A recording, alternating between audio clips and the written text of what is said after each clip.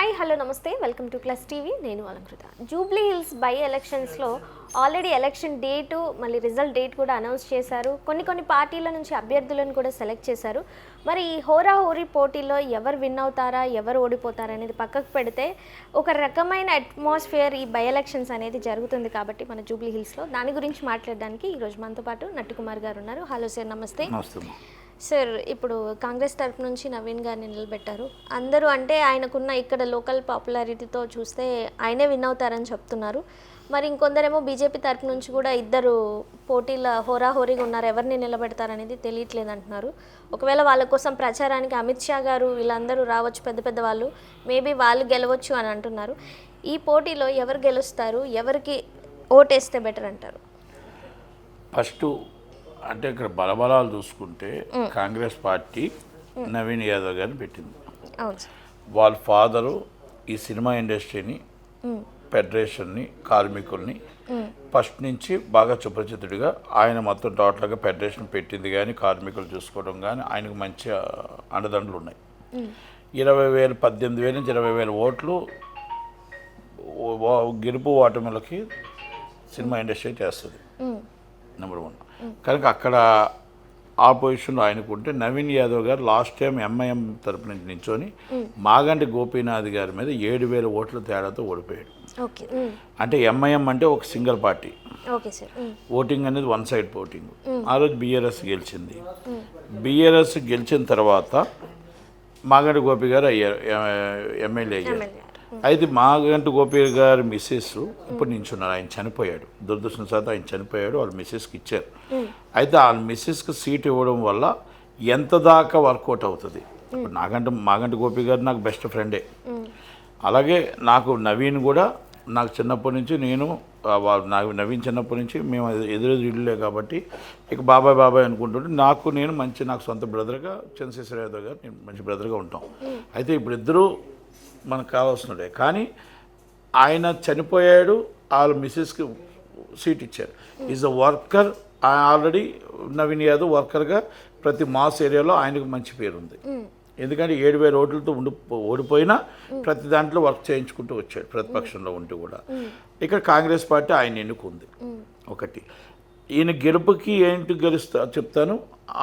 వాళ్ళ వాటమికి బీజేపీ ఇప్పటికి ఎవరో అనౌన్స్ చేయలేదు. ఏదో నేను టీవీలో చూశాను, నేను ఏదో 4 లేడీస్ మాకు కావాలి మాకు సెంట్రల్ నుంచి ఫోర్స్ ఉన్నాయి, మాకు సెంట్రల్ నుంచి ఫోర్స్ ఉన్నాయని ఏదో అనుకుంటున్నారు. ఓకే, అక్కడ నిజంగా కానీ డమ్మీ క్యాండిడేట్ల కింద అనుకోవాలి. అంటే నేను చూసిన పేర్లు చూస్తే డమ్మీ క్యాండిడేట్ల కింద బీజేపీ అక్కడ ఇండైరెక్ట్గా బీఆర్ఎస్ సపోర్ట్ కింద ఉండనుకోవాలి. ఒకవేళ బీజేపీ స్ట్రాంగ్ క్యాండిడేట్ని ఎవరైనా నించోబెట్టి చేస్తే అక్కడ కమ్మ సామాజిక వర్గం 2గా చీరిపోతుంది. టీడీపీ బీజేపీకి సపోర్ట్ చేస్తే ఇక్కడ కమ్మ సామాజిక వర్గం మాగంటి గోపి గారు చేస్తే అక్కడ కమ్మ సామాజిక వర్గం అయిపోయింది.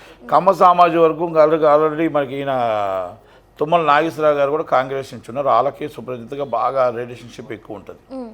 ఇక్కడ ఇది అయిపోతే సామాజిక వర్గం యాదవ్ బీసీ సామాజిక వర్గం నవీన్ యాదవ్కి ఎక్కువ ఉంటుంది. ఇక్కడ ఇవన్నీ చూసుకుంటే ఏ కోసాన్ని చూసినా BRS BJP first second third case ఎదుర్కొంటారు. ఫస్ట్ ప్లేస్ అనేది నవీన్ యాదవ్ వస్తాడు. 40 నుంచి ఎక్స్పెక్ట్ చేసిన 40,000-45,000 మెజార్టీతో గెలుస్తాడు. ఏ విధంగా గెలుస్తాడంటే రేవంత్ రెడ్డి గారు గవర్నమెంట్ ఉంది కాబట్టి 10% ప్లస్ ఉంటుంది. అలాగే మన సినీ కార్మికులకు అందరికీ కూడా కాంగ్రెస్ గవర్నమెంట్ అండదండలతో ఉండి వాళ్ళకి హెల్ప్ చేసింది కాబట్టి ఆ ఓటింగ్ అంతా కూడా ఇటు అవకాశం ఉంటుంది. సామాజిక వర్గం ఓటింగ్ ఉంది, ఆయన వ్యక్తిగత ఓటింగ్ ఉంది, ఎంఐఎం సపోర్ట్ ఉంది. ఇంకొకటి తలసాని శ్రీనివాస్ యాదవ్ గారు కూడా సపోర్ట్ చేస్తున్నారు. అల్లుడే కదా, తలసాని శ్రీనివాస్ యాదవ్ గారి అన్న కొడుకే, అన్న అల్లుడు శంకర్ యాదవ్ గారికి కూతుర్నే మన నవీన్కి ఇచ్చింది. కనుక అక్కడ కంపల్సరీ ఏదైనా రిలేషన్షిప్ ఒకే పార్టీ కట్టుబడి ఆయన ఉంటాడా లేకపోతే సపోర్ట్ చేస్తారనేది ఆయన ఇష్టం. ఎందుకంటే ఆయన ఒక పార్టీలో ఉన్నాడు కాబట్టి మనం మాట్లాడకూడదు. బంధువే కావచ్చు కానీ ఒక పార్టీకి ఆయన సపోర్ట్ చేస్తున్నాడు కాబట్టి మనం ఆయన్ని దీంట్లో ఇన్వాల్వ్ చేయకూడదు. ఒకటి ఆయనకి ఇండివిజువల్గా వాళ్ళ నాన్నగారికి మంచి నేమ్ ఉంది. నవీన్ యాదవ్కి ఇండివిజువల్గా మంచి వర్కర్ అని పేరు ఉంది. కాంగ్రెస్ పార్టీ అండదండలు ఉన్నాయి, నాయకులు అండదండలు ఉన్నాయి. ఈ మొత్తం అన్నీ తీసుకున్నా ఏ కోసాన్ని చూసినా కూడా winning candidate and Naveen Yadav. First or second అనేది బీఆర్ఎస్ వీళ్ళు. బీఆర్ఎస్ ఎందుకు గెలలేదు అంటే ఆల్రెడీ మాగంటి గోపి గారు వర్క్ చేశారంటే వర్క్లు అయితే ఏం జరగలేదు, కానీ మంచి పేరు ఉంది ఆయనకి, మంచి పేరు. కానీ ఏంటంటే చనిపోయిన తర్వాత అంతగా రిలేషన్షిప్ గుర్తుంచుకునే ఇప్పుడున్న జనరేషన్ అయితే ఎవరికి లేదు. ఒకప్పుడు ఒక జనరేషన్ ఏంటంటే పలానా వాళ్ళు చనిపోతే వాళ్ళ వాళ్ళకి ఓటు వేయాలని ఒక జనరేషన్ ఉంది, ఇప్పుడు లేదు అలాగా.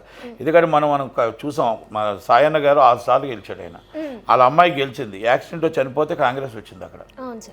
ఇలా ఉదాహరణకు మనం చూసుకుంటే ఆంధ్రప్రదేశ్లో కానీ తెలంగాణలో కూడా ఎన్నో, రామరెడ్డి వెంకట్రావు గారు రెడ్డి గారు సూపర్, అంటే దామోదర్ రెడ్డి అన్న అలా అన్నయ్య, ఆయన అన్నయ్య తమ్ముడు అన్నదమ్ములు, ఆయన చనిపోతే బీఆర్ఎస్ వచ్చింది అక్కడ.